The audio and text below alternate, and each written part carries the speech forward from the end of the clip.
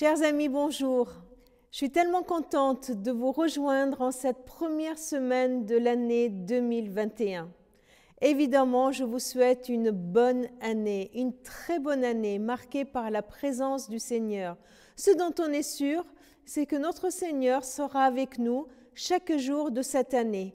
Quoi qu'il arrive, quoi que nous ayons à vivre de bien ou de moins bien, il sera avec nous.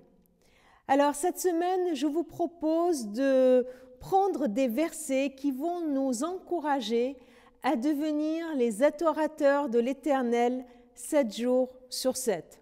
Ça vous va?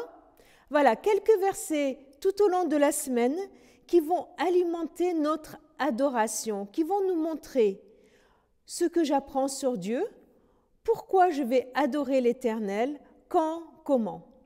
Le premier que je vous propose aujourd'hui se trouve dans Philippiens 4 au verset 20.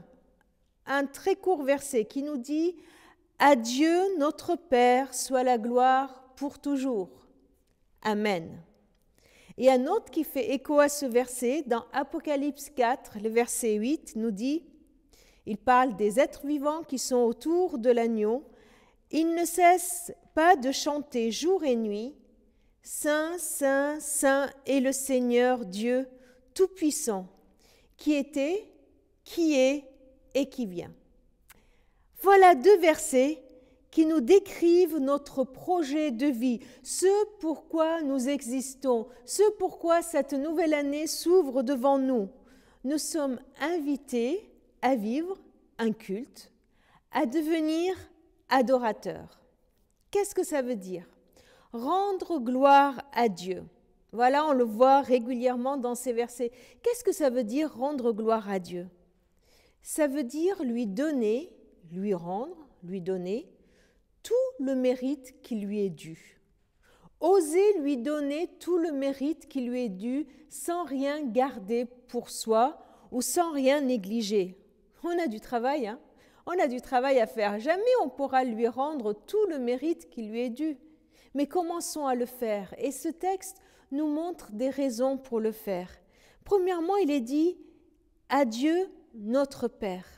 Il est notre Père. Voilà le lien qui nous lie à ce Dieu glorieux, qui mérite qu'on lui rende gloire. Nous n'avons pas affaire à un Dieu lointain, un Dieu hautain, un Dieu qui nous dirige de loin, mais un Dieu proche, un Dieu intime, un Dieu qui vient dans notre intimité, qui est lié à nous par un lien paternel.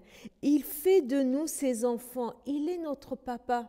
Nous sommes issus de lui. Nous venons de lui. C'est lui qui nous a engendrés.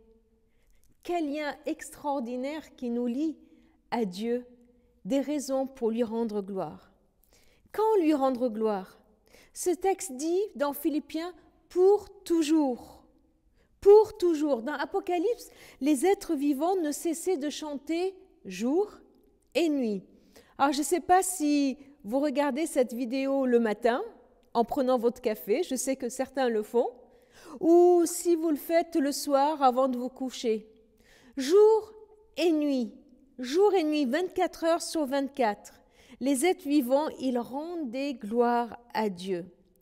Il n'est pas dit « faites-le quand tout va bien », quand les choses vont bien, quand Dieu a répondu à vos prières, quand vous vous sentez emporté par un élan d'adoration. Il n'est pas dit « faites-le quand vous en avez envie ». Voilà, essayez de voir si vous êtes bien disposé à le faire. Quand vous êtes rempli de joie. Non, il nous est dit « pour toujours et en tout temps, jour et nuit, en tout temps ». Et ce pour toujours, il est là pour nous dire que rien ne pourra y mettre fin. Que rien ne mette fin à notre adoration. Et enfin, pourquoi ? Pourquoi rendre gloire à Dieu ? Parce qu'il est saint, il est parfait. Il n'y a pas d'ombre du mal en lui.